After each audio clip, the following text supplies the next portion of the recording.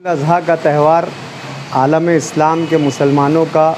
دوسرا سب سے بڑا تہوار ہے۔ یہ تہوار سنت ابراہیمی کو زندہ کرنے کے لیے اور اللہ سے اپنی محبت کے اظہار کے لیے عالم اسلام کے مسلمان مناتے ہیں۔ اس تہوار کا ایک پیغام یہ بھی ہے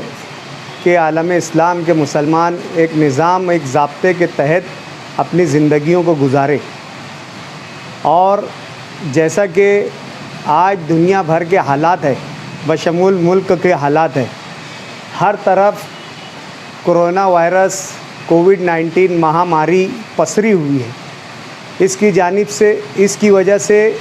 حکومت ہند کی جانب سے اس مرتبہ عید قرباں کے لیے کچھ ڈائریکشنز، کچھ گائیڈ لائنز جاری کی گئی ہے کہ آپ لوگ جو آپ کی بقرعید ہے یہ اپنے مکانوں پر ہی منائیں، یعنی جو سلاٹر ہاؤس لگتے تھے، جو عارضی سلاٹر ہاؤس ہوتے تھے، وہاں پر اجتماعی طور سے پہنچ کر قربانی نہ کریں،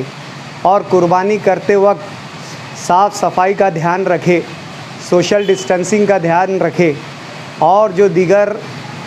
گائیڈ لائنز اس سے پہلے کووڈ کے تعلق سے حکومت کی جانب سے نافذ کی گئی ہے اس پر عمل کرتے ہوئے زیادہ لوگ ایک جگہ اکٹھا نہ ہوتے ہوئے اپنی قربانی کرے، اپنے تہوار کو منائے۔ جیسا میں نے کہا ہے کہ یہ تہوار ایک نظام اور ضابطے کا بھی درس دیتا ہے، اس کے تحت آج عید قرباں کے لیے جو ڈائریکشنز حکومت ہند کی جانب سے، مہاراشٹر گورنمنٹ کی جانب سے اور مالیگاؤں میونسپل کارپوریشن کی جانب سے شہریان مالیگاؤں کو جاری کی گئی ہے، میں شہریان سے گزارش کرتا ہوں کہ اس گائیڈ لائن پر عمل کرتے ہوئے امن سے، سکون سے، پیار و محبت سے اور حکومت کی رہنمایانہ ہدایتوں کا پالن کرتے ہوئے اپنی عید الاضحیٰ کا تہوار منائے۔ اور ساتھ ہی ساتھ میں عالم اسلام کے مسلمان اور بالخصوص ہندوستان کے مسلمان اور شہریان مالیگاؤں کو عید الاضحیٰ کی پرخلوص مبارکباد دیتا ہوں،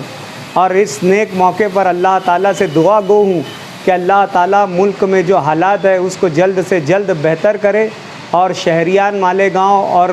عالم اسلام کے مسلمانوں کی حفاظت کرے، اور جلد سے جلد اللہ اس مہاماری کا خاتمہ کرے۔